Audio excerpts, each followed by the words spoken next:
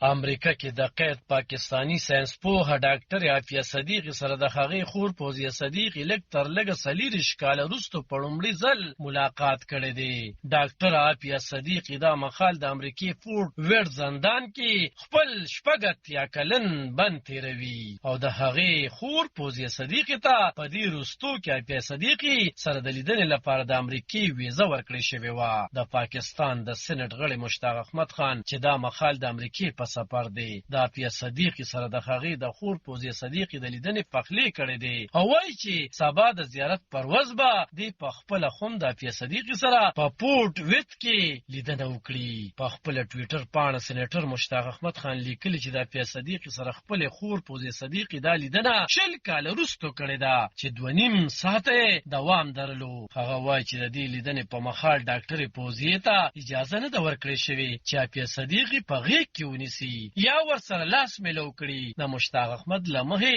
ډاکټرې فوزیه ته دا اجازه هم نه ده ورکړل شوې چې هغه عافیه صدیق ته د هغې د بچو عکسونه وروښایي. سېنیټر مشتاق لیکلي چې د جیل د یوې کمرې منځ کې یوه پیړه شیشه لګېدلې وه او د دواړو خویندو دغه شیشې نه د پورې غاړې نه یو بل سره لیدنه کړې ده. هغه وایي چې عافیه صدیق سپین سکاپ په سر کړی او د جیل خړ لباس یې په تن او د 2.5 ساعتو لیدنه کې لومړی 1 ساعت کې هره ورځ په ځان د تېرېدونکو سختو احوال بیان کړی دی. پاکستانی ساینسدان ډاکټر عافیه صدیق ته په 30 سپتمبر کال 2010 کې د وژنې د خصې په ګډون د 2 تورونو په اساس د 80 کلونو د بند سزا اورول شوې وه او اوس مهال د ټکساس د فورټ ویرت په یو زندان کې بندي ده. عافیه صدیق چې د 9/11 د پیښو په پلان جوړونکي او د القاعده د مهم مشر خالد محمد شیخ په یو ورواره واده ده. د کال 2008 د جولای په میاشت کې د افغانستان په غزنی ولایت کې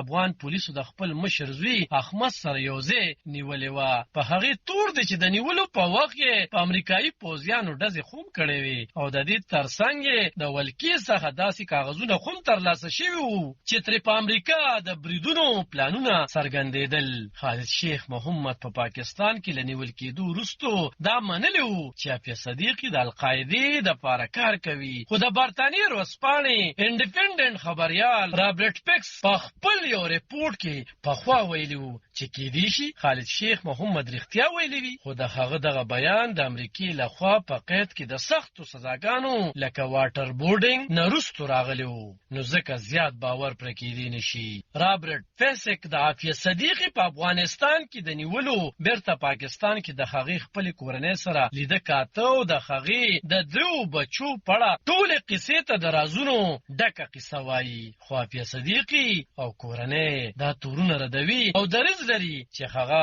د پاکستان څخه تښتول شوې ده. غالب خان شیرپو، دلبر نیوز 400 امریکا کې